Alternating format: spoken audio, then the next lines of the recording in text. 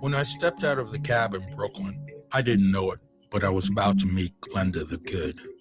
You know, the witch who pranced through enchanted poppy fields in the north of Oz and get a pair of ruby slippers.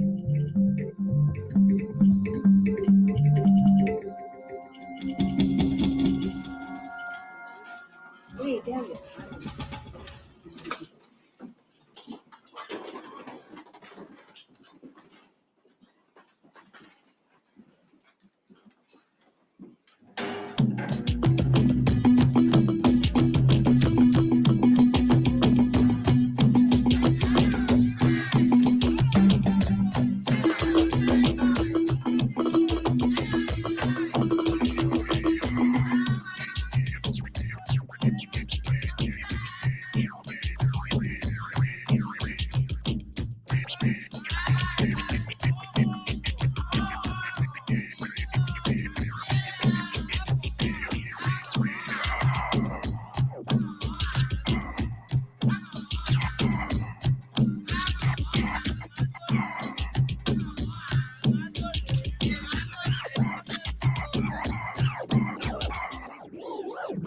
Her real name was Val Gente, and she was raised on the island of Haiti, not with a litter of prune-faced munchkins.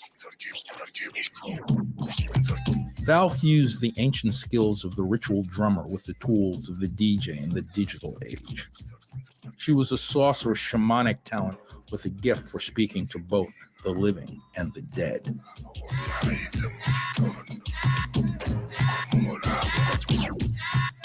I was impressed, but I also realized this was just the first step on my long journey.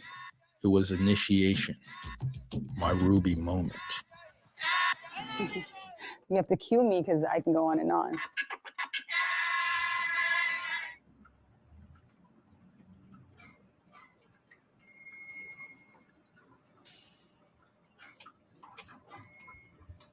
This space is totally energized. I mean, I have experienced that in certain other circumstances, but I've only noticed energy like this, like walking into very old churches. I mean, it's electric. It's like very electric, very calming. And of course, there's a whole thing about like art, spirituality, religion, magic.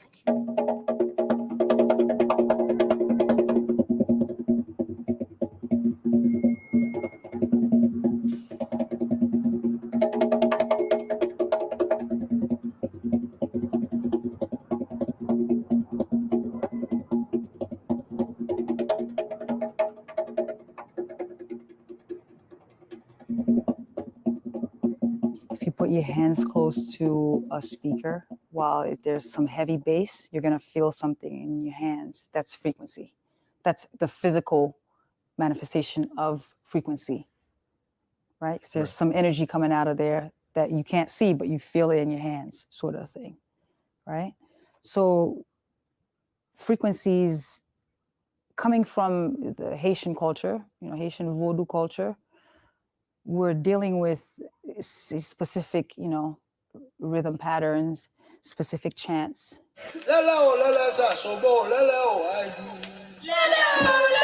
So it's already kind of pre-coded.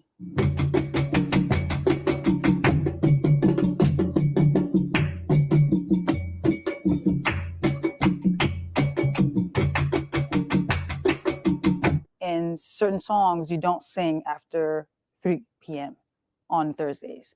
You just don't, you know, and everyone knows not to sing it because there's a frequency in that song that you don't want to manifest. So pretty much the sound manifests in physical reality. So the sound that I'm creating in here is also what you're feeling. So when you walk into the church or the temple, because there's the frequency is still there, there's a remnants of it that's in the space and it stays there, you know. you can't really get rid of it. It becomes part of the fabric of that space.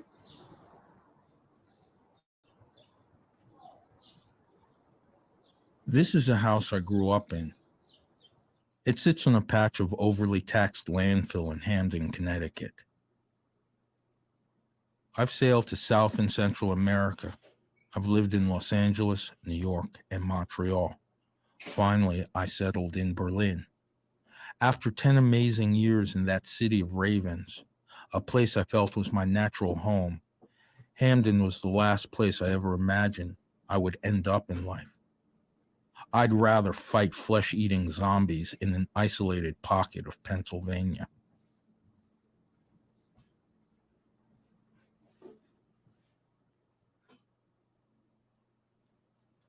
My name is Darius James. If you're familiar with me at all, it's because I published 2 books, Negrophobia and That's Blaxploitation, Roots of the Badass Dude, back in the 90s.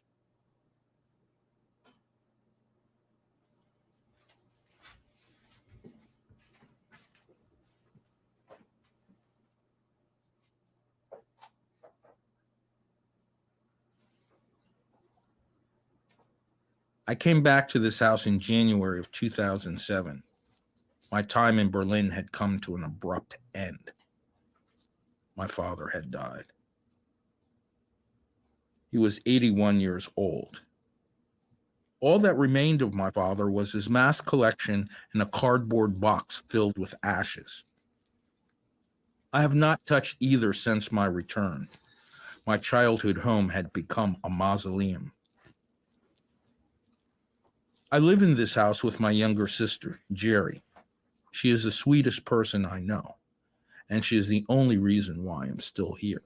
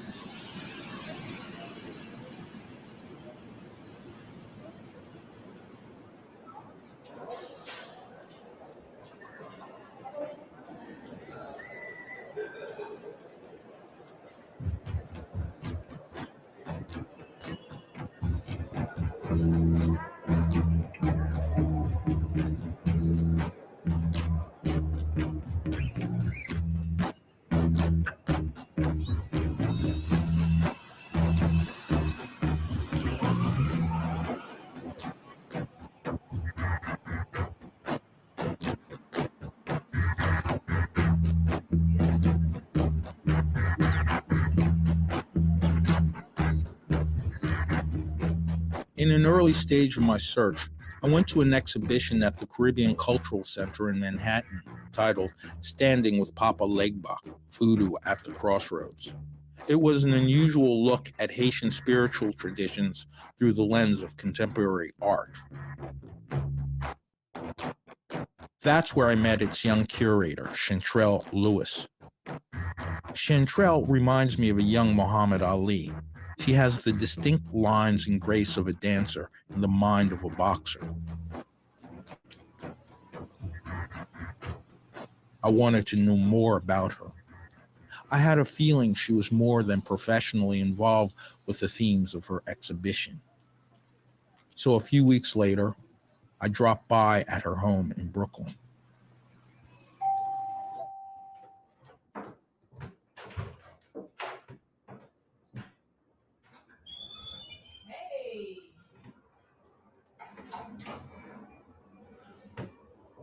Welcome to Mikasa. Yeah. So I practice Lokomi, which is a derivative of Yoruba spirituality, and a basic part of that is the understanding of the role that ancestors play in your existence and the way you move about the world on a daily basis. So your, ancestors walk with you. They're not just off somewhere in this random kingdom, but they protect you every single day. And so you'll see, basic altars. You might see glasses of water, and again, each glass representing a different group of ancestors. What days do you actually acknowledge your ancestors? Well, I mean, this is like a daily practice. I try to acknowledge them on a daily basis, but I generally try to refresh my altar with the glasses of water on Sundays. I mean, and maybe that has something to do with my Catholic upbringing, the Christian upbringing, but that's a day where I kind of, I'm starting my week off. So I like to do that on a Sunday. No, I understand that. It's kind of interesting too, because there's a wall in my home surrounded by masks and things, which is my family, the paternal side, my family. And although my father insisted that he wasn't, influenced by voodoo at all, everything that I've discovered since moving back in the house seems to contradict that. On another visit to New York, I happened to be invited to spend the afternoon in the home of Danny Simmons. Danny is a worldly and unpretentious man who is much more than the sum of his parts. Painter, writer, art collector, and, together with his brother Russell, producer of HBO's Def Poetry Jam.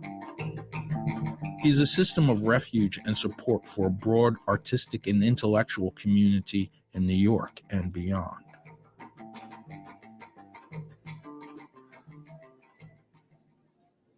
Thinking about my father, this is an extraordinary collection.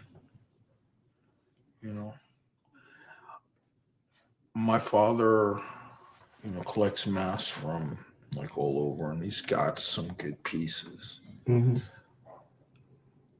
But when I've tried to talk with him about it in the past in terms of spiritual powers of Africa, he was kind of blind to that. He was looking at it purely from aesthetic reasons. That's what he was telling me. Uh-huh. You know what I'm saying? Which kind of led to this project that there are these African influences in people's lives that they don't want to acknowledge. And I'm, obviously, based on what I know about you, you recognize those powers and you respect them. Well, yeah. We've been taught, and people have been taught, especially generations prior to ours, have been taught that anything associated with Africa was bad, unless it was an aesthetic thing. You can relate to the aesthetic of a mask, or you can relate to the aesthetic of fabric, or this, that, and the other. But the actual culture, the actual people, that was eschewed. I mean, you can go to any museum and you can see African masks. They don't concentrate. They call it art, and it's not really art. These are ritual items and objects that people use for points of power and for points of spiritual reference. They don't talk about that, and it's eschewed. Anything that's non-Christian in this society is looked at. But you can look at the same object as a European and say, "Oh, this is a great mask. Let me put some wax on it and shine it up, and put it next to a Picasso or something." But if you start talking about it as in its natural setting, as a religious object, people get upset, and that's what we were taught. You're 100% right. They're afraid. Of course, They're afraid because they really don't know. But if we look a little deeper, we'll see what the truth is in that. Oh yeah. People have walked in here and looked at this stuff and turned around and walked out. Mm-hmm. People talk a lot of black stuff. They say, "Oh, no, man, I can't be in the room with that stuff." No, it doesn't work that way. Here is the absence of faith. Yes. To begin with, Mm-hmm. And the more we look at what we have here, but from Africa, the more we look and get to understand and let some of it be revealed to you, then you'll really see how fortunate you are. And you see where your power lies. Absolutely. Your power lies in your history. For me, I started collecting African art. My father taught Black history, so and he didn't necessarily teach African history, but African American history. And so, but when I started painting, and years and years and years ago, and I started looking at the European masters, immediately I was attracted to Picasso and his Cubist stuff, not knowing at the time that he had been referencing African art or African objects to create these paintings and to create this stuff. And as I'm a self-taught artist, and as I look deeper, I started looking to where did he get this from? And where did all these Europeans who were considered masters getting this stuff from? And so I moved beyond that and started looking at things that were closer, like this painting here by Wilfredo Lamb, the Afro-Cuban painter. The way he painted it, it has deeper spiritual meaning than what Picasso put out there. Picasso put figures out there. Wilfredo Lamb tapped into spirits and Santeria and all those things. And I had a natural affinity for that beyond the surface to the actual spiritual of what object is. You mentioned the Cubans. Yeah. Okay.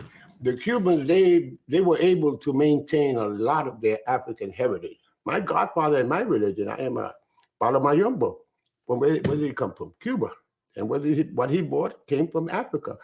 I felt when I walked into this house, I said, oh man, I'm amongst my people. That's how I feel. That's how I feel. I'm amongst my people. So, I'm glad we're now, some of us are looking a little deeper.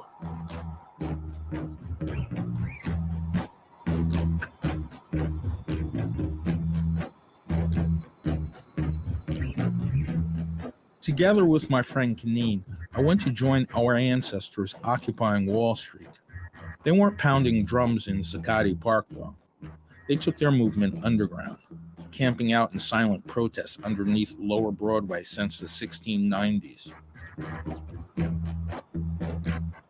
Kaneen is a dedicated New York City public school teacher, actress, and Zora Neale Hurston scholar. Talking to her is like staring into the high beams of a speeding, oncoming car. Where dreams are made of. Do you know much about the African burial ground? Ironically, I do and I don't and I do. Okay. But it was like breaking news, because they were busy building some building. That was the goal. Some financial building, whatever building they were trying to build. And, they just had to go, dig up the ground. And in that process of building the foundation, this became breaking news, like, we can't just build the foundation on these graves. And so it really started to come out. This is like 95, I think, or 96. Yeah, I think it was 95. Yeah. And it was 95, so I was in 5th grade. Yeah. And they were like, whoa, shoot, we can't just build on this land. And the whole notion of the fact that these are slaves, this isn't just just any random grave, but these are the slaves that actually built New York City. They literally built this city and they were buried underneath rock and granite. And the whole notion of you can't erase it. And it's funny because even now, me as a social studies teacher, I taught 5th grade social studies 2 years ago, and I had to prepare them for a 5th grade state test, so it's like, all this stuff about New York history, they need to know. At the 5th grade, they should know, the difference between rural, suburban, and urban. They need to know about the Niagara Falls and the new trade routes that were developed and beaver pellets. And they need to know these things. And I usually feel like I don't like teaching American history because it's all wars. It's all the glorification of war.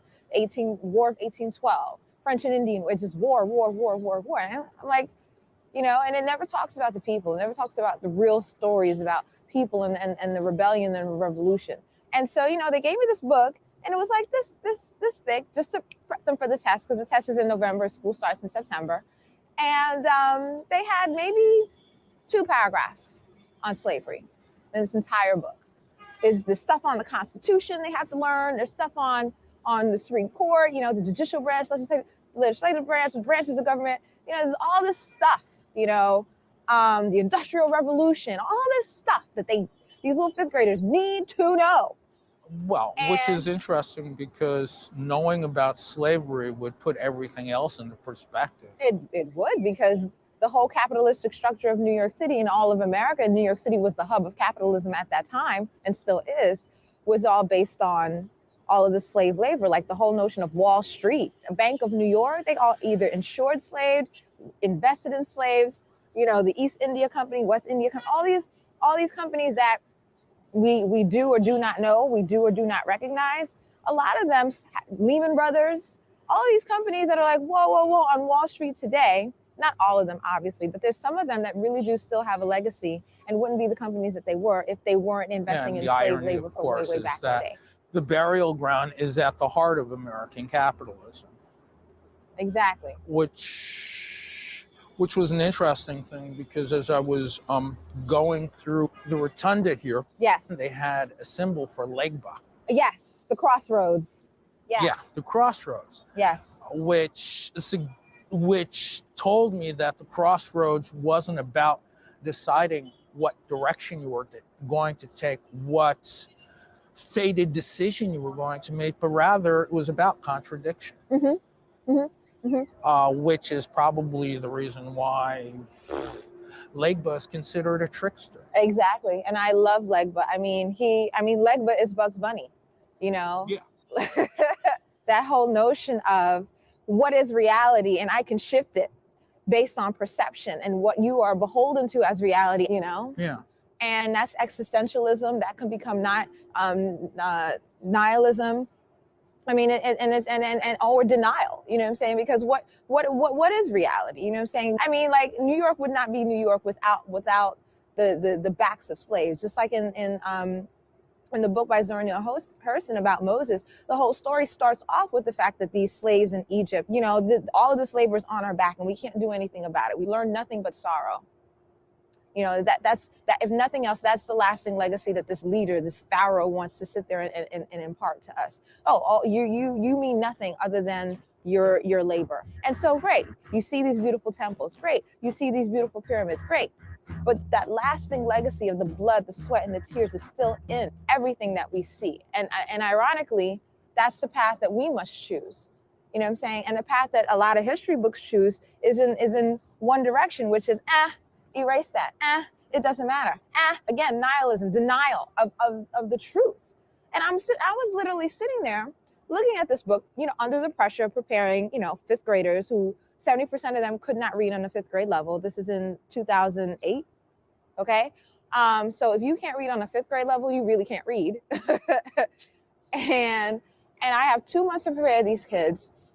And I'm looking at the history again, and I'm really thinking to myself, like, wait a minute, maybe did slavery not happen? And so I had to go back and find other books and other resources and, you know, and teach that whole portion of history. It's interesting because you talked about lines. In the middle of Manhattan's financial district is a sacred space. It seems to exist as if some mysterious circumstance of history has joined forces with all the world's religions, including voodoo, to confront the very powers of mammon that Wall Street represents. And I find, even here, we all must ask Legba for his permission to pass through the gates. And lines. And I think it's beautiful the way that they designed this entire burial ground in terms of it does actually reference a lot of the Sankofa symbols. But this is a monument to give these people some form of a voice. The thing that I'm thinking about, past and present coexist. Yes. Past, present. They're parallel. Yeah. And then sometimes when you ask questions, they can become perpendicular. And that's the power. That's the power of asking questions. Why? How? Yeah. Where? Who? And then they also notice it's raining. Yeah. I'm noticing that. I kind of like the image. I like the image.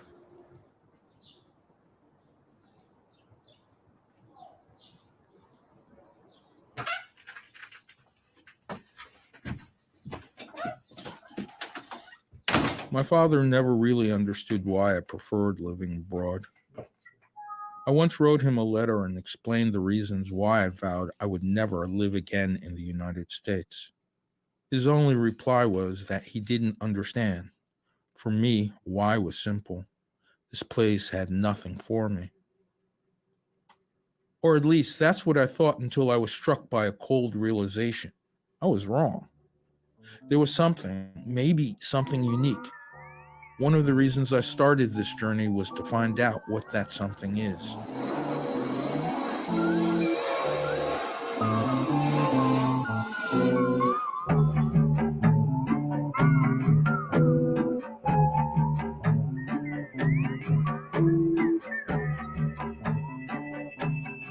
Outside of a couple of trips to New Orleans, this is my first visit to the Deep South. We whirled past the manicured lawns of Greenwood's middle class, literally crossing the tracks over into Baptist Town.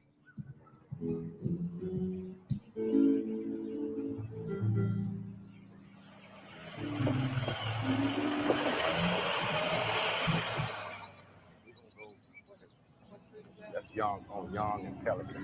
That's what he would play every Saturday morning.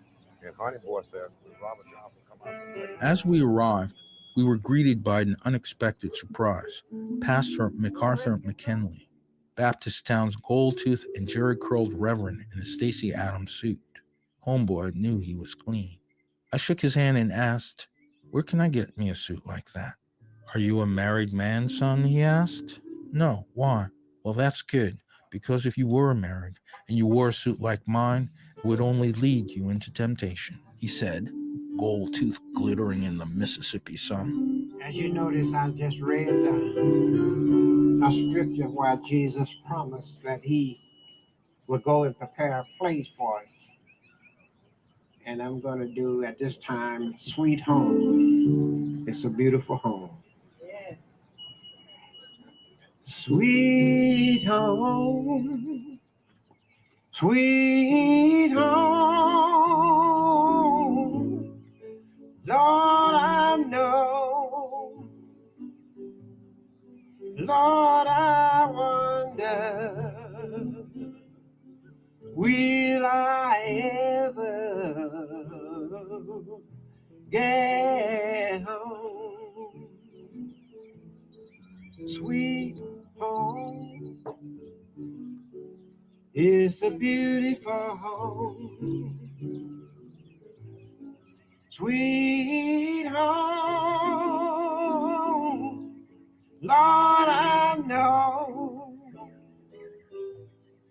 Lord, I wonder. I'm feeling really ambivalent for a lot of reasons. I'm not in New York. I'm among solid church-going folks who pay taxes to God and have barbecues after service. But the Deep South is also hoodoo country, where two heads lay tricks, sprinkle goofer dust, and work mojos.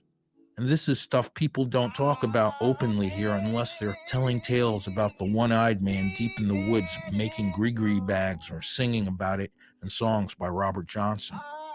To them, asking the kind of questions I ask, I'm just talking about the devil, period. Before I go.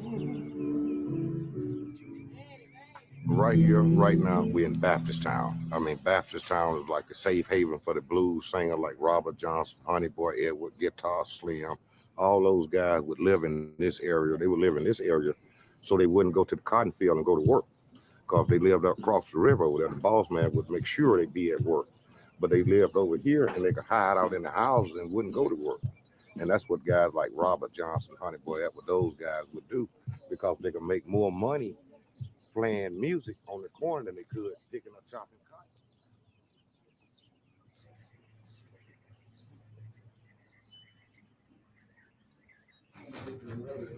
Okay, all right.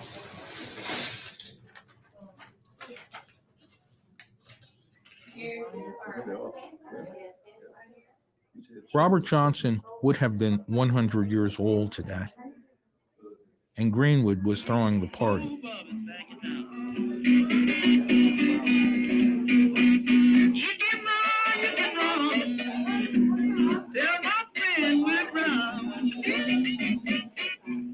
But I really honestly didn't understand who or what was being celebrated.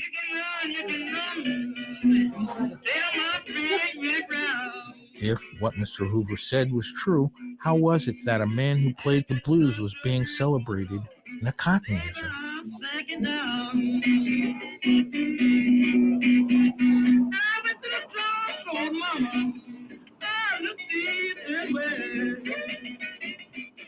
So I thought I'd go talk with Steve Levere. Steve is a big presence in Greenwood's blues community, and he plays an even bigger part keeping the legacy of Robert Johnson alive.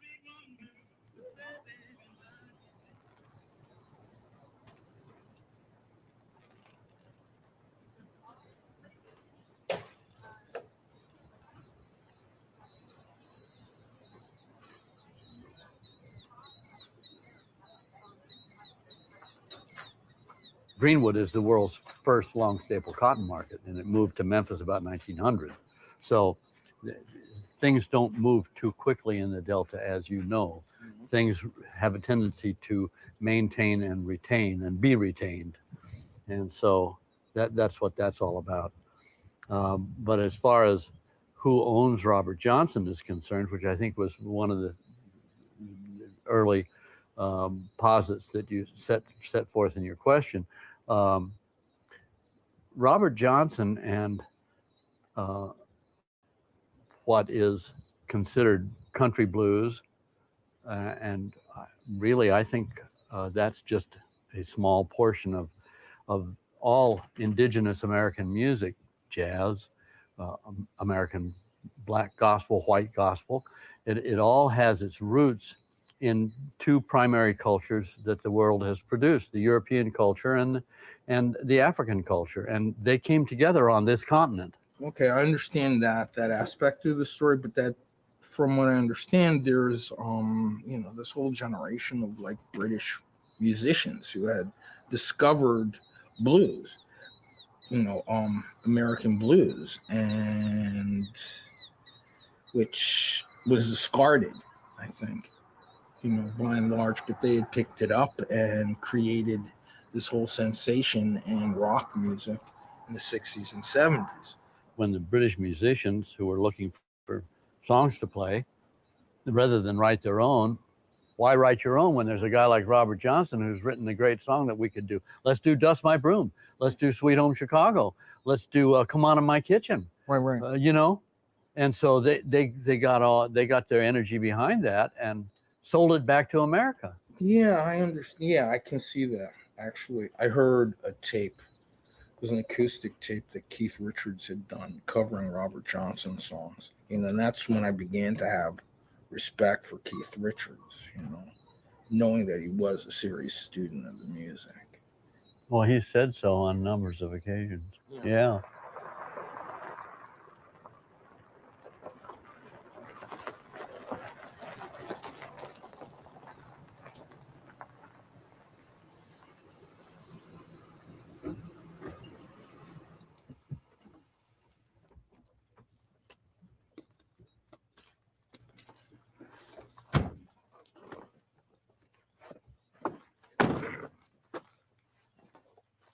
Now, we headed out here at the site where Robert Johnson's buried. Let's go. It's right out here. See, most of the people do not have tombstones like that's. A lot of them early 1900s, and you can see some of them was handmade. Yeah. And a lot of them just was made with just wood. Just a cross made out of wood, and they just stuck it in the ground.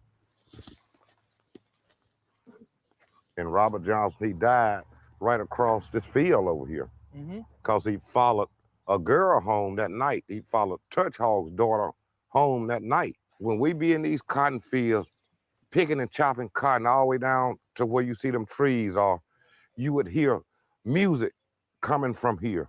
Somebody would say, "You hear that singing? You hear that singing?" You would hear sound coming from this graveyard. Legend has it Robert Johnson went down to the crossroads and gave the devil his guitar and a fried chicken sandwich. The devil tuned the guitar and ate the sandwich, saying, "But your soul would taste a hell of a lot better, yum yum." So Robert Johnson shrugged his shoulders and handed over his soul. The devil gave him back his guitar and belched. Robert Johnson went on to impress a lot of folks with his singing and playing during his short life. Within African-American culture, I think people are leaving out a missing part of it in terms of understanding where this whole notion of Robert Johnson going to the crossroads to sell his soul to the devil, that's sort of a Christian perspective. But in African-American culture, we don't all buy into that because we know that there's a larger culture related to that, such as understanding the African perspective of that, as that eventually came down to African-American culture as well. And that was understanding the trickster or the God figure Legba that was part of African culture. And Legba himself was not the devil.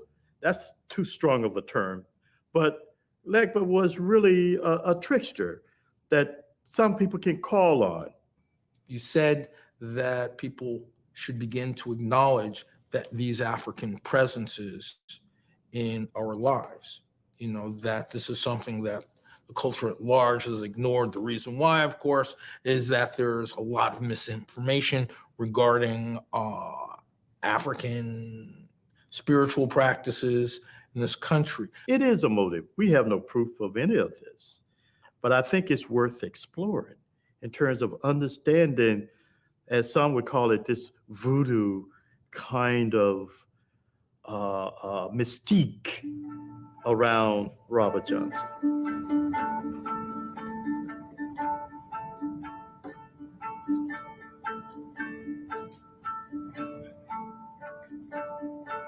There's a black sun rising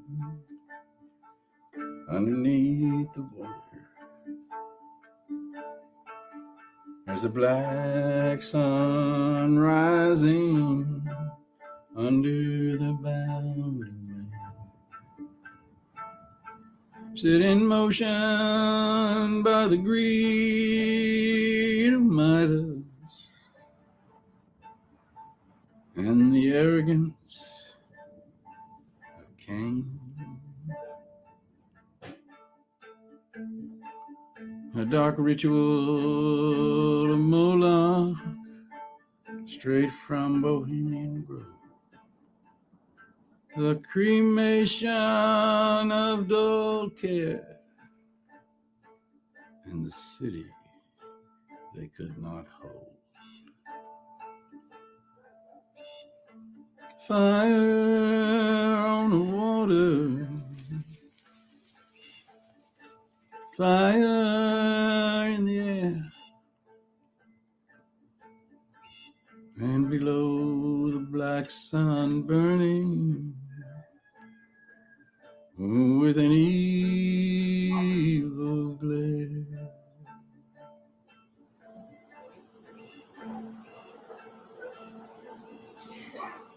There's a black sun rising underneath the water. There's a black sun rising under the boundary. The thing that always impressed me about New Orleans, the thing I really dug, was that it's the city that gave the rest of the United States its flavor, its spice.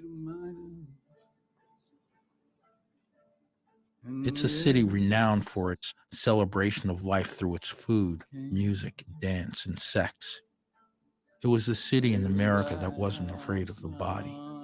It was the one place in America that didn't outlaw the drum and permitted Black people to dance. There's a black sun rising. New Orleans is Europe bathing with Africa in the waters of the Caribbean. And no, I am not a spiritual tourist here. I'm not searching for a path to enlightenment by gawking at the Hindus of India or the Buddhists of Japan or Tibet. I am an American in an American city. I'm not looking outside of my culture. I am traveling along a tributary, searching for a central spring that nourishes America in a spiritual way. Jesus Christ. Fucking hot. Ms. Glassman. Hey, How are you? good. You traded wonderful New England spring-like weather for this heat, humidity. Of my mind. Yes, well, you established that a long time ago. Anyway, I need a chair. I know you need a chair, and all the chairs are covered in boxes because I'm moving the shop. Let's here's a chair.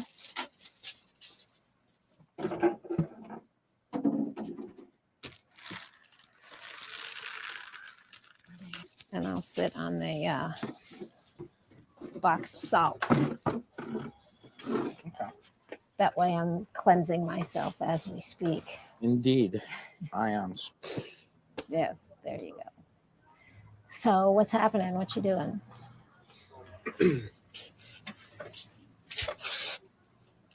Seriously. Mm-hmm.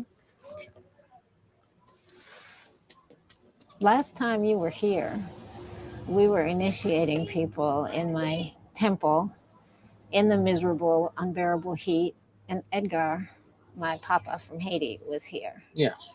And you were making recordings of him, and nobody was speaking each other's language, but everybody understood everything. Yeah, that's true. That I wanted to get to that a little late, Okay. a bit later. Because actually, since that time, a couple of questions occurred to me. Given the horrific nature of the natural disasters that hit two of the major voodoo centers in the West,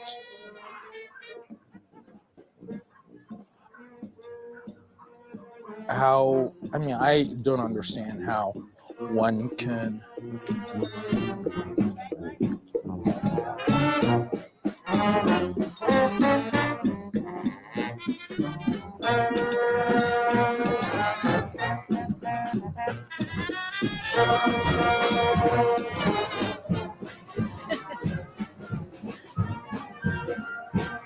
You look fabulous. Happy Easter.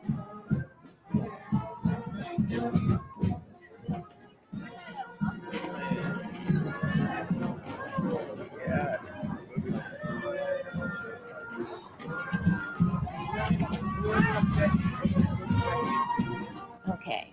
Natural disasters.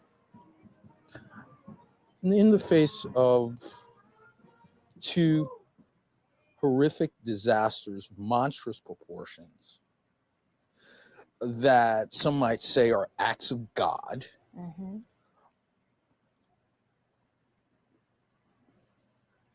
How do you retain your faith in a religion that's disparaged Mm-hmm. by the society we live in? Okay. I have so many things to say about this. I'm sure you did. I'll try to be succinct. First of all, when I hear disasters of monstrous proportions, and then I think these are at least natural. These are Mother Earth rising up. And when I think about the proportion of the disaster that was slavery, and that was the supposed founding of this country, and the discovery again of the new world,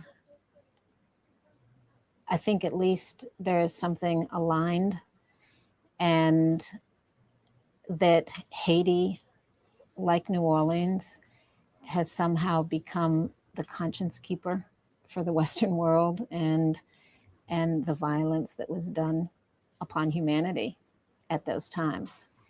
And in the same way that people say to me that possession trance is this terrifying demonic thing, and I think instead that it's exactly the opposite. Our ego identities having such control and such a lock hold on us is really scary, and that possession trance, where you get to go beyond those boundaries and become spirit for a while. So I see things always at askew, and I've always been that way. I mean, from the time I was first born, I see things backwards. I do things backwards. And New Orleans is very much that way. Everything's backwards and upside down. Haiti, everything's backwards and upside down. When I was initiating myself in Haiti, all through the initiation, which went on for a week, Ungans, priests, and Mambos, priestesses, would come into the chamber that I was in, and they would all say, "Don't think this is going to make your life any easier. It's not. If anything, it's going to make it harder, because you're basically upside down and backwards compared to the rest of the world. And you know, so what? You have entree into the invisible. It's going to make it hard for you in the physical, mundane, material world. Don't think it's going to make anything easier for you. But what it does do is tells you at what level and to what degree you can engage in your own life and your own experience. And how we respond to spirit is whether we're going to survive this or not. So I don't think that Haiti or New Orleans is unique. I don't think we're being punished by anybody. Voodoo is not about judging good and bad. So that whole premise that, you know, this is some great evil that God is going to punish doesn't make any sense in the context of Voodoo. But what does matter is balance and consciously creating a balance in your life, in your well-being, in your community, and in how you address spirit. And no wonder all these amazing people are collecting in New Orleans and creating a front line and preserving what is unique. You talk about going beneath the surface, the waters of the invisible. Mm-hmm. What do you mean when you say that?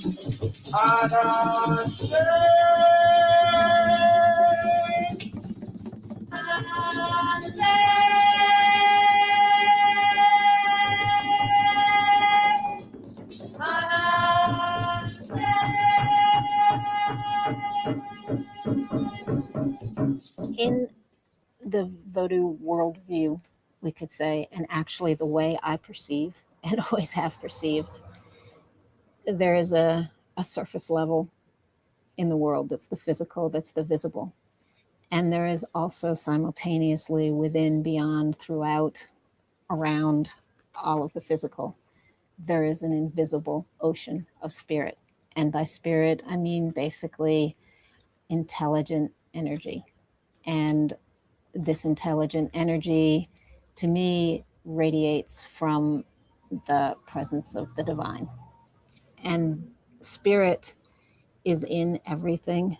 It is literally the water that we bathe in and the earth that we walk upon and the air that we breathe, and the entire world is ensouled with spirit and is contained within God's life force.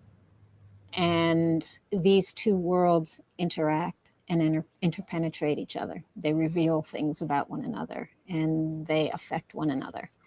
And we can say that the visible world is influenced by the invisible world in ways that are invisible. So we think of them as magic. They appear to us on the physical side of things as magic. To me, they're just mirror images, that the physical world is a mirror of the invisible world. And so we can act in ways in the physical that will affect the invisible world too. And we can open the doors between those two realms and invite them to dance.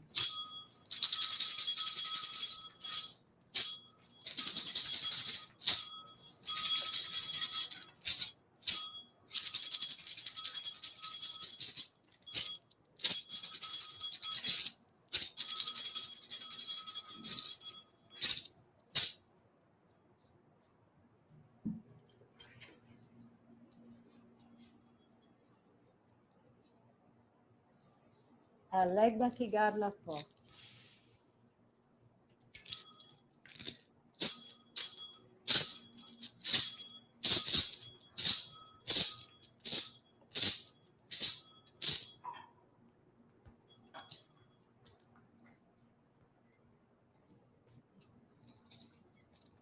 L'aigle qui garde la porte.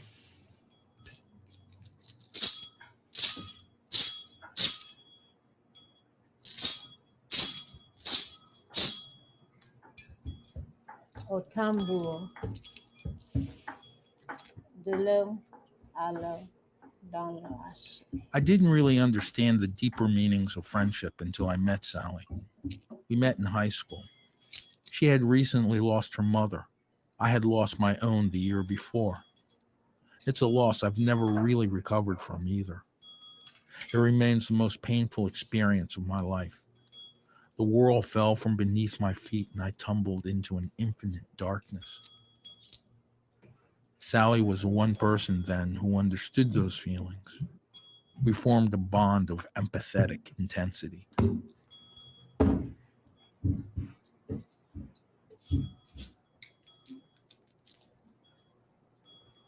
En faisant ceci, nous touchons Guinée.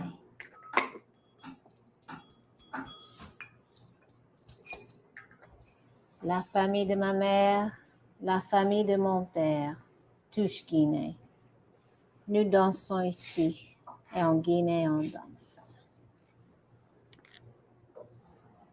Haché. À quoi? À quoi? Haché. Shabadusi.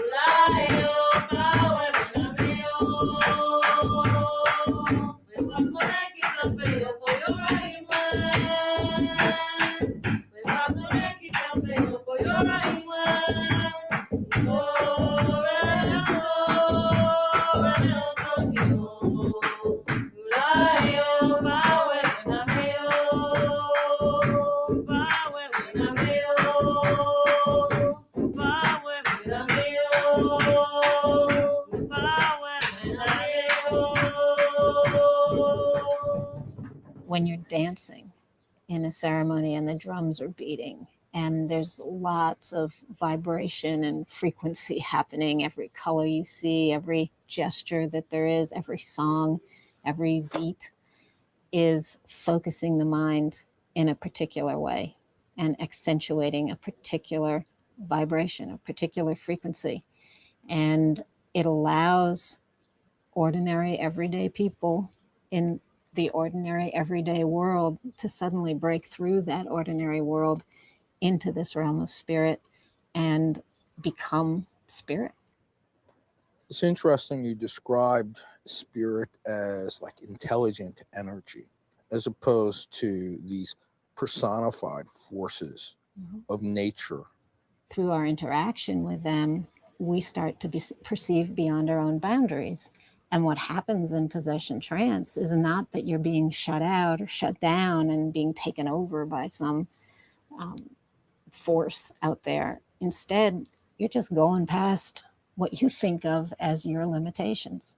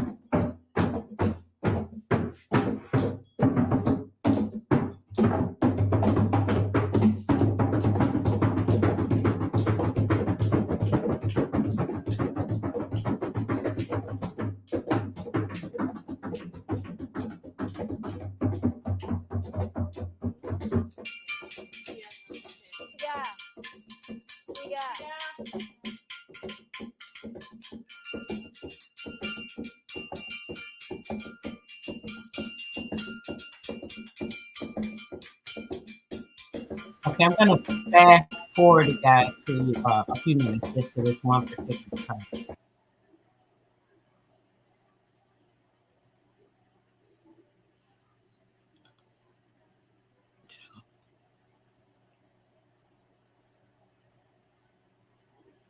Actually, I don't even care about that part. Let me go to this one.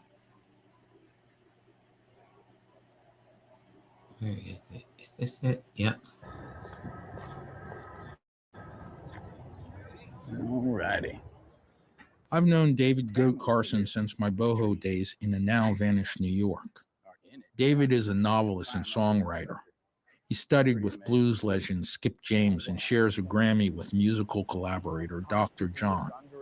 It wasn't until after he left New York for New Orleans, however, I learned he was a respected shaman of the White Buffalo tribe. And you can see this is the most sacred spot for me. This is the oldest tree in New Orleans. This tree's obviously over 1,000 years old, which means it was a baby when the Crusaders marched into Jerusalem. And you'll see Said that the tree was 1,000 years old, and it's the oldest tree in the world. Now, I want y'all to just think about that. We know that's not true. Just make sure you using your mind when it comes to this. But he's gonna say a lot of things that I want to touch on. So let's continue this part. the roots are as big as the trunk of trees. And every time I have something to do that's I feel life-changing, this is where I come to pray. But look at this. Talking about a comfortable chair.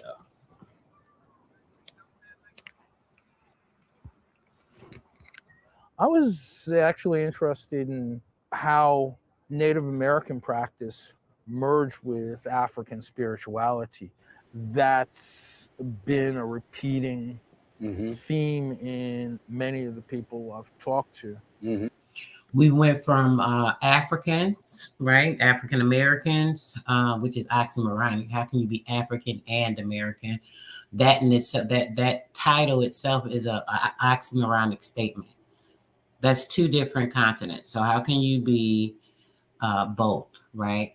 Not having to say that has nothing to do with our people that went over there that were Americans that were in Africa, right? America's in Africa, but that didn't make them African Americans, right? Were they called African Americans? Truly Americans going to Africa and leaving America, right? And setting up a whole space and continent and building with the people, over there and with their own set of standards coming from America, building up the community there, right? Those would be the African Americans, right? Right? Because they have been Africanized after coming from America. But how can people, that have already been here be considered a part of that particular continent? Only those that have went there. All right, let's go. On this trip. Well, here's the story as it comes. Listen to this. You turn it up. When they moved the slaves here, when they moved the Africans, their gods became like them. Powerful gods like Legba would suddenly be a cripple, a drunkard, living in rags. What happened is that when they came here, two peoples had very similar understanding of the earth, the relationship with the planet, the relationship with trees, everything. And they were both being oppressed by the... When they came here. When they came here. When you hear him saying, when they came here, even him telling his story, right? The paleness thereof. He said that when they came here, these were two different people. So wait a minute, I thought these people came here and went and built things up because they said the Africans. And then now he's talking about Native Americans. They went from African to Native American, from African to Native American, right? But we haven't heard them speak on American Indian yet, right? Okay, but let's listen. The same guy. So they came together and they did this in the hills and mountains of Haiti. The natives there that Columbus hadn't killed had run off to the mountains.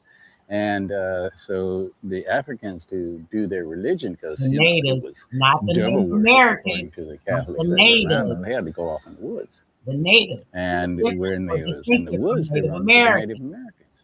And they got together, they began to powwow. Powwow originally meant healing ceremony.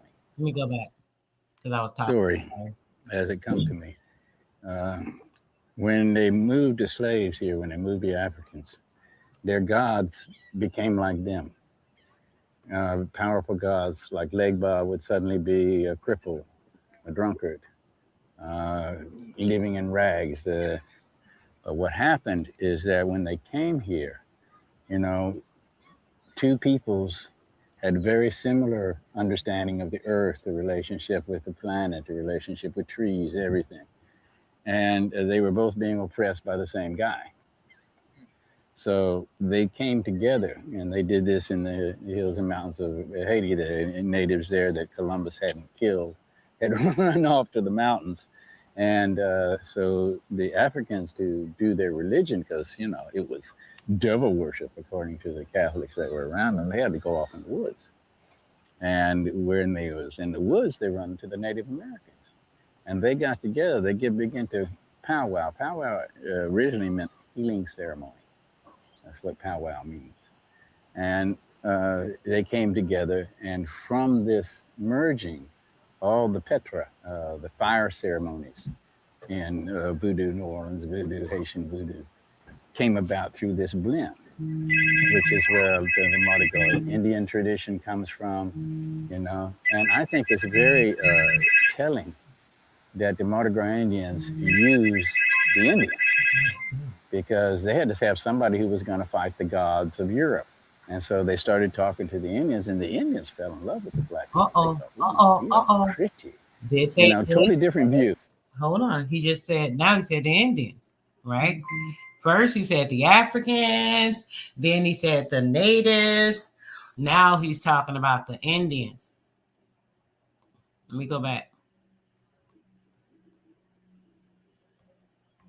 Peoples had very similar understanding of the earth, the relationship with the planet, the relationship with trees, everything. Peace. And they were both being oppressed by the same guy.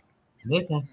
So they came together, and they did this in the hills and mountains of Haiti. The natives there that Columbus hadn't killed had run off to the mountains.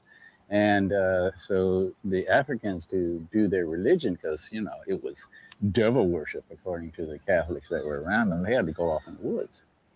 And when they was in the woods, they run into the Native Americans. And they got together, they began to powwow. Powwow originally meant healing ceremony. That's what powwow means. And they came together, and from this merging, all the Petra, the fire ceremonies in Voodoo, New Orleans Voodoo, Haitian Voodoo, came about through this blend, which is where the Mardi Gras Indian tradition comes from, you know. And I think it's very telling that the Mardi Gras Indians used Mardi Gras the Indians because they had to have somebody who was going to fight the gods of Europe. And so they started talking to the Indians, and the Indians fell in love with the black people. They thought, ooh, we are pretty. You know, totally different view. You know, white folks, God, they're ugly and stupid, look like monkeys. You know, but to the Indians, it's like, oh, beautiful, oh, fearless, oh, powerful, you know. There was no problem falling in love. Right. None at all. And the thing that they had to consider, because the Indians had no slavery.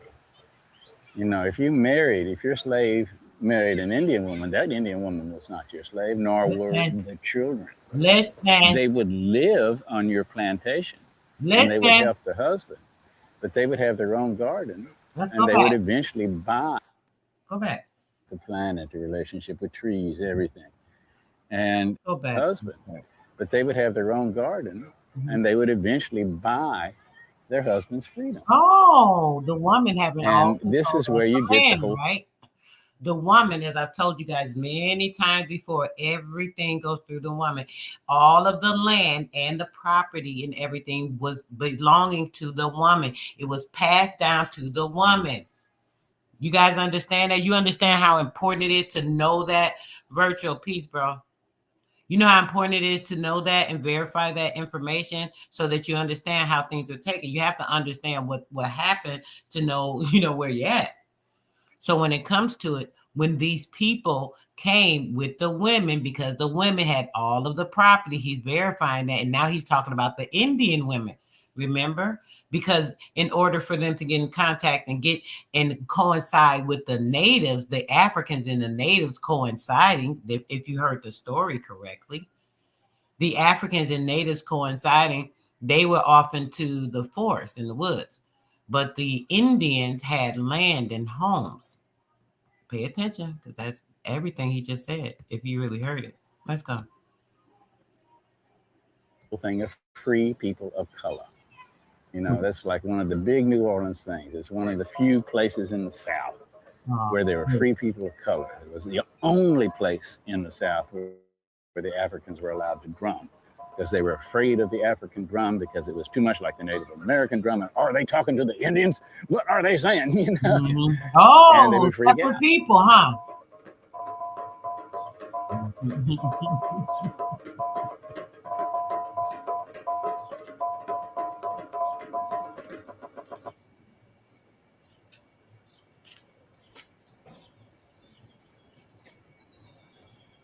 I'm in my Easter Sunday best. Yeah. Yeah, Yeah, that. love it. Yeah, you're right. My brother. Oh, my brother. There you go. That was one of the most important parts. There you So go. I wanted you guys to see. There's about 30 more minutes of this. You can look it up. The United States of Hoodoo. That is actually the title. The title I have, review. United States of Hoodoo. It's about 30 more minutes of this, but I don't have a lot of time today. But I definitely wanted to get to you guys, and I want you to get some other very, very, very pertinent, important information. Okay. Now, I had the sister with us, the beautiful elder that came and spoke yesterday, giving a lot of information on things that I've been also talking to you guys about and showing you, you being these people getting problems with people that are these Israelites or these Hebrews or the Jews or, per se, all these different titles that have tried to be convoluted so other people can be inclusive, just like the Native Americans trying to be Indians.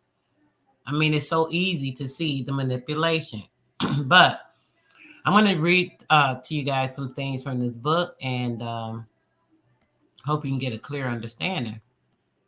Let's make it a little bigger. Okay, let's go. We are going to be reading Light and Truth, right? Actually, I want you guys, I'll come back up. I want you guys to see the title of this book. I want you to see the title. Let's go to it real quick.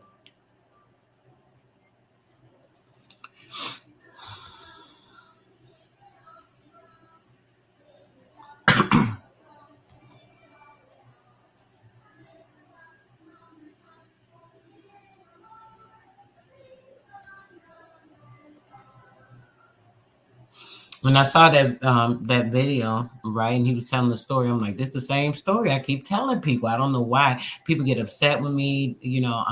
I'm being not heard, I think. But look at this. What is the title of this book? It says Light and Truth. Let's start there with the light. What I always tell you guys about the word, the truth, and the light. That is whatever is the opening of information, right? Whether it's binary codes within your cell structure, whether it's your mind opening up to light, your aura of protection that enlightenment gives you to make sure you are protected. These things. Now, check this out. I just want you to see the title here. Light and Truth, collected from the Bible, Ancient Modern History. Ancient Modern History, collected from the Bible. It says containing the universal history of the colored and Indian race. Oh, the universal history of colored and Indian race. Have you guys ever read anything on the universal history of the colored and Indian race? This is another book that I use to confirm information I talk to you guys about a lot of time. And it's going to confirm a lot of things. So I want to just go through it briefly. We won't obviously read the whole book, but we're going to get to a few things. So the universal history of colored and Indian races from the creation of the world to the present time. By R.B. Lewis, a colored man. Oh, okay. We got a colored man, Indian. Search the work with care and candor. Every line and page you read will brighten all the truths of Scripture, proved by history, plain indeed. Because, the Bible is just a history book that's been transmutated, like most things, to a GMO, to falsify the real truth and, make, so on and so forth. But let's continue on. This is out of Boston, and it was published by the Committee of Colored Gentlemen. Benjamin R. Roberts was the printer in 1844. 1844. Let's check it out. Let's get right to it. I'm not going to read everything here, but I want to get to specifics that I want to start with the story that you have heard in a different tone, right? So let's see.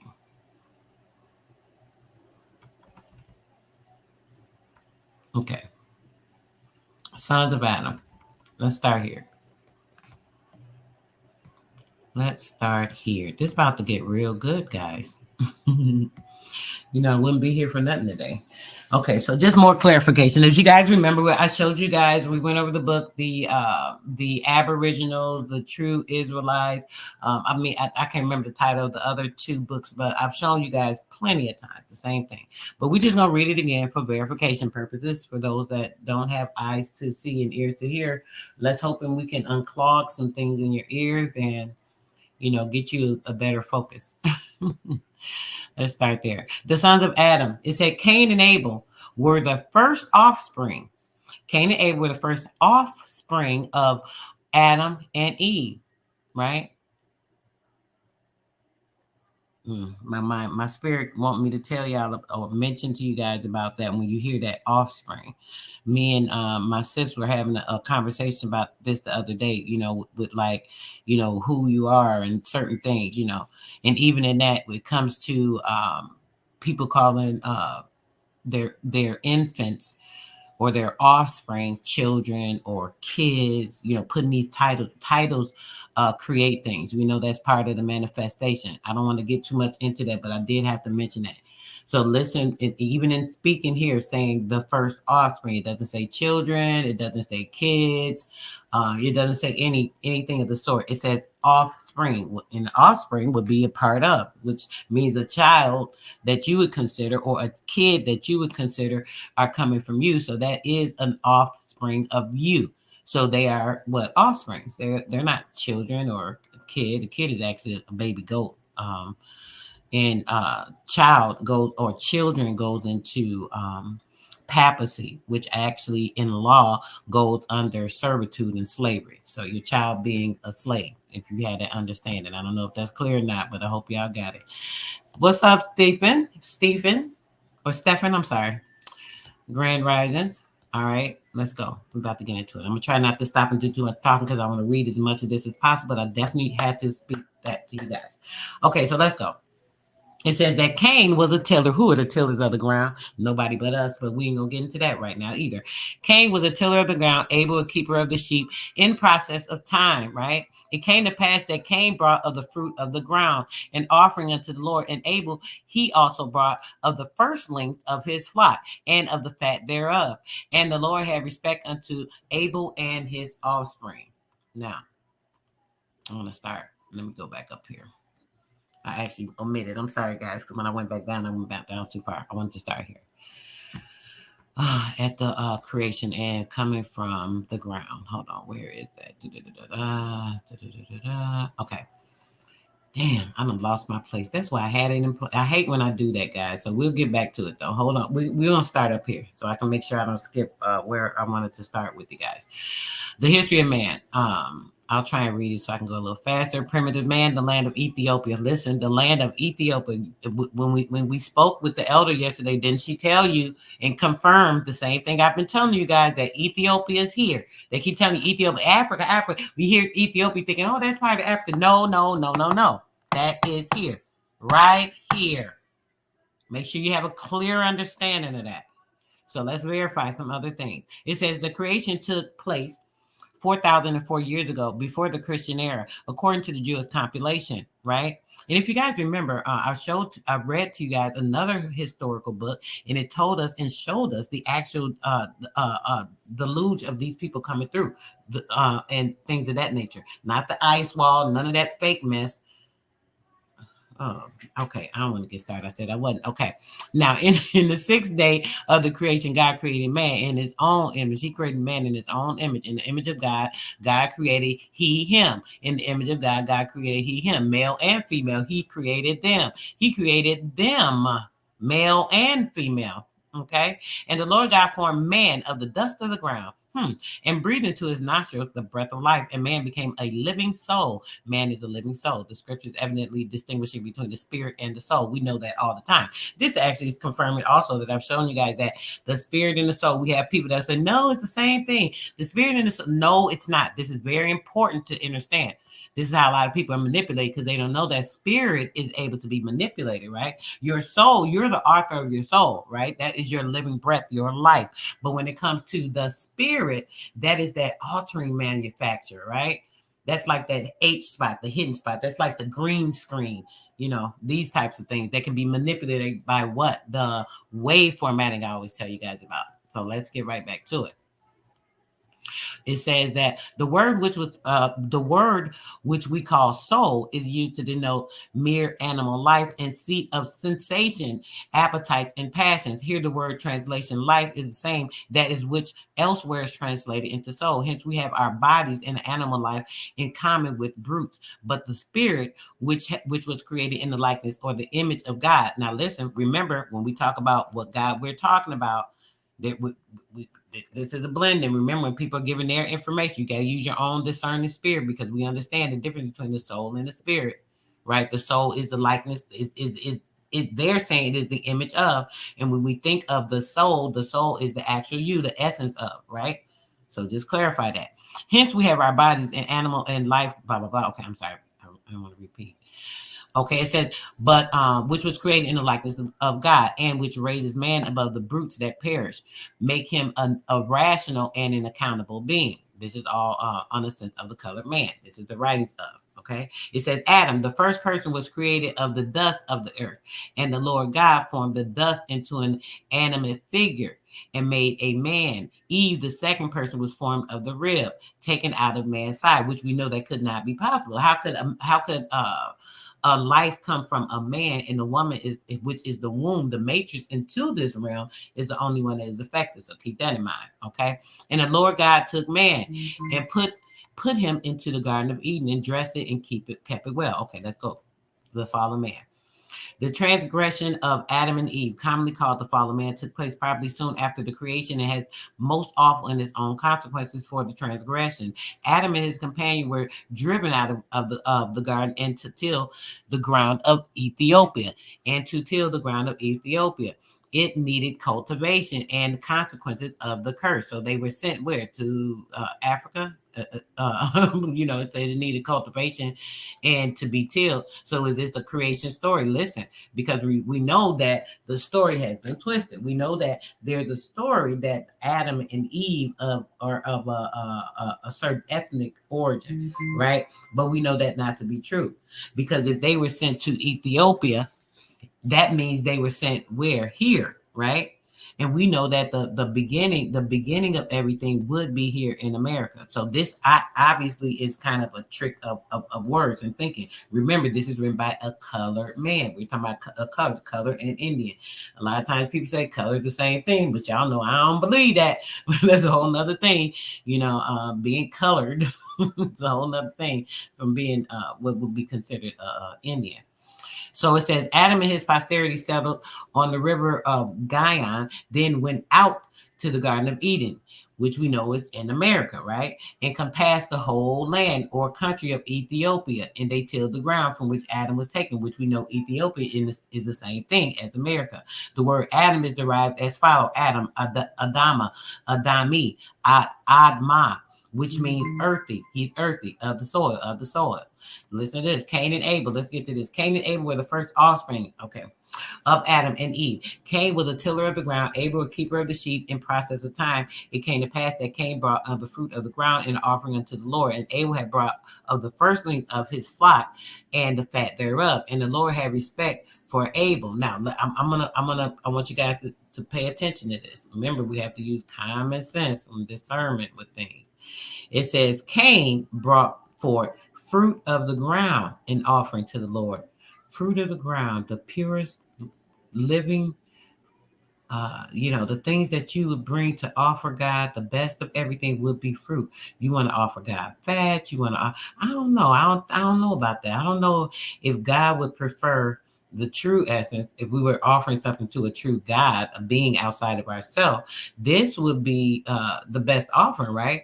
They're saying that Cain brought fruit of the ground in offering unto the Lord, and Abel, he also brought the firstlings of his flock and the fat thereof. The Lord had respect unto Abel. So it's saying that God had more respect on Abel for bringing of the fat in from his flock, from killing an animal. So God said, okay, I prefer Abel's because he killed the animal and brought the fat from the animal, bringing parts of the flesh and offering that to me, a blood sacrifice. Oh, I'd rather a blood sacrifice.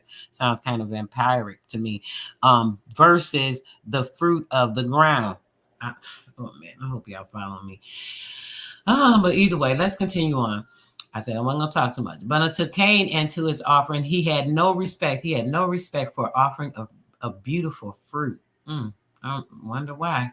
But unto Cain, it says, hence arose as a part of Cain a dissatisfaction toward his brother, which resulted in the death of Abel about 30 years after the creation of that was first in essence of the death of his tempera in our world, and in the death by the hands of the fellow man, a brother. Adam and the third son Seth were born in AM 130. The foundation of the first antediluvian empire was laid by the sons and the sons of Adam in the lasting space of 1656. This was the empire of Ethiopia. Cain went out from the presence of the Lord and dwelt in the land of Nod, and that was on the east of Eden, which is now Persia. And Cain and his wife, when she conceived, listen to this, and Cain and his wife, she conceived and bare Enoch, and he builded a city and called it after the name of his son, Enoch. Now check this out. When it comes to the generation of Adam. Oh, hold on, let me see. Grandest Walter. They flipped the script and we are putting it backwards so we know what the fuck is going. Period. That's exactly right. That's exactly right. I don't know. I'm glad you're with me, brother, because I don't know. The chat seemed like they what are you talking about, sister? But let's get more to it. Maybe you'll get a clearer understanding. Okay. Listen to this. The generation of Adam. Adam was a man formed of the earth. Listen. Adam was a man, the generation of Adam. Adam was a man formed of the earth, reddish in color. Reddish in color. Formed of the earth, the red clay dirt, just like Louisiana, just like Tennessee, just like Texas, just like so many other places, huh? Formed of the dirt, the reddish dirt. I don't think it's no red dirt over in the dusty Africa. I'm sorry. I don't think they have that type of soil. Let's start right there. Okay, we're gonna continue. Let's see where the mixing comes in. Josephus in Genesis chapter 1, 2, 4, and 5. Okay, it says Adam begat Seth and died at the age of 930. Seth begat Enos and died at the age of 920. Enos begat Canaan and died at the age of 905. So on and so forth. The most important part I want you guys to see where it says right here, the generation of Adam. And Adam was formed from the dirt, which was reddish in color. Which we know it don't say that. Anybody you read today, where do you see that? Where do you say? Oh, where does it say? Oh, he was formed from the dirt. Oh, but the dirt was red clay dirt, like those Tennesseans and those. Let me correct this. It's got the English spelling actually. Okay. And I'll correct some of these real quick. Josephus. Okay. All right. Reddish in color. Oh, red Adam. Right? Okay. Now I'm going to go down, guys. We're going to get into, because I told you guys I got to get out of here. I just want to show you guys this. I'm going to have to come back with this a little bit more. I want to get into this story about the Noah. Okay. In the 600 year of Noah, in 2,348 years before Christ, the flood of waters was upon the earth. The prediction of the deluge to Noah was of the nature of a warning to him in order for him that he might prepare himself against it, right? It says that the knowledge of the deluge was communicated to him 120 years before. Listen at this. Now, this part is actually factual. With the years that they live, I want you guys to see these years, like I told you before, 900 years, 800 years, all these years of time.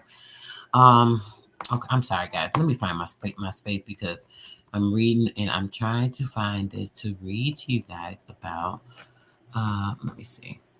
If I can't find it, I don't want to talk about it. So hold on, guys. Let me see if I can pull it up. Oh, I don't remember anything in this book. This book is. Let me see. Let me see if I can pull it up for here. If that pulls it up, we in business. If not, let me see. Okay. I hope this is the right book that I thought I had pulled up, guys. Hold on a second. Okay, yes, here it is. Okay, it is in here. It was coming up. I'm looking like I thought it was in this part. I wanted you guys to just see this. Okay, now let me go up a little bit first. so you can understand what we're talking about. So we're talking about all everyone that sprang. Remember, everyone that sprang is y'all don't even be understanding how deep and important it is with the spell binding of these words. But anyway, all of those that sprang, you know, all of the offsprings are the people that they're talking about, right? And it tells this actually goes. I'm going to read this another time because it shows you all of the different so-called races or tribes. You know, and the name, a lot of these names are different, right? This one, I'll read this real quick. Hold on, let me read at least the sons of Noah. Okay, the sons of Noah. The sons of Noah who went forth out of the ark were Shem, Ham, and Japheth. And of them was the whole earth people, the whole earth people. To the descendants of Ham, I have generally given the name of Ethiopians because they were blacks with frizzled or curly hair. And the descendants of Shem were denominated Assyrians and Syrians. They were the blacks with long straight hair. Shem had 5 sons. All these blacks, these are all the blacks, guys. Listen.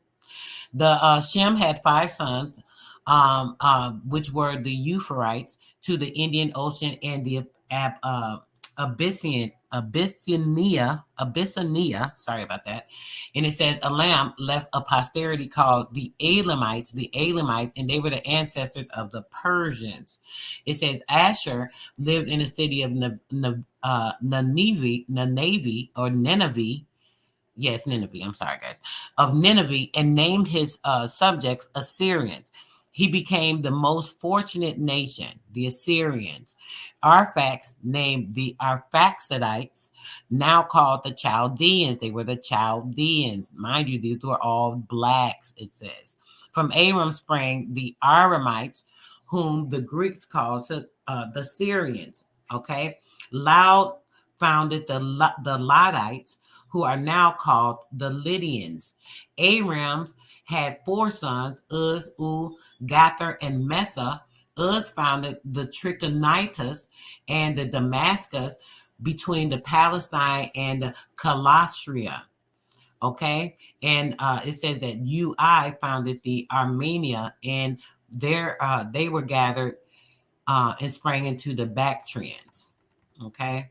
And it says Mesa was the progenitor of the Messenians, whose country is now called Chakspana. Now it says Sala was the son of Arphax. Now listen to this.